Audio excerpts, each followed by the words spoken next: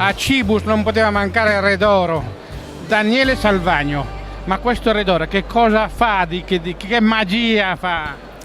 Beh, noi facciamo altro che far assaggiare le nostre selezioni di oli migliori che andiamo a produrre, soprattutto nella zona del Veneto, del Garda, è il nostro miglior 100% italiano.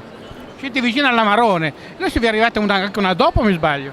Sì, direi che sta andando alla grande, è veramente l'anteprima della denominazione d'origine protetta Veneto Valpolicella DOP, che veramente è l'immagine e somiglianza dell'Amarone e pertanto raggruppa proprio la stessa area geografica del vino Amarone. Essendo un vino famoso in tutto il mondo, noi un po' cerchiamo di corrergli dietro e cercare di essere i promotori del nostro olio, delle nostre piante che ci sono sul nostro territorio. Verona ne produce il 70% della territorialità veneta e quindi cerchiamo di essere un pochino orgogliosi di questa elisir veramente che produciamo nel veronese.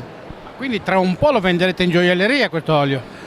Ma direi che qui a Cibus, essendo una vetrina internazionale, stiamo spingendo molto anche il nostro 100% italiano e lo stiamo vendendo a gocce. Questo perché a gocce? Perché ce n'è talmente poco in Italia, è talmente buono che bisogna veramente cercare di dire se lo volete in una piccola bottiglia mignon a salvagoccia, antirabocco, ma non solo, ma che dia la possibilità di profumare, sentire il profumo e la meraviglia che l'Italia produce.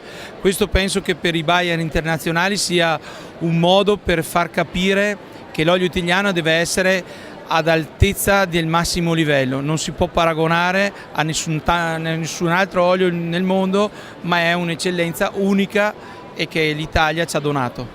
Il cliente più lontano dalla tua Verona dov'è?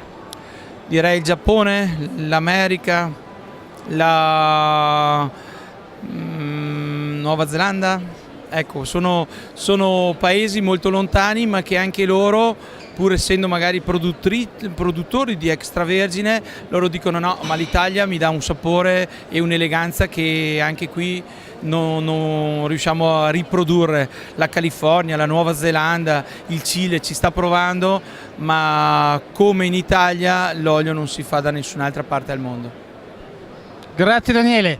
Grazie a voi e buon Cibus a tutti e buon Redoro.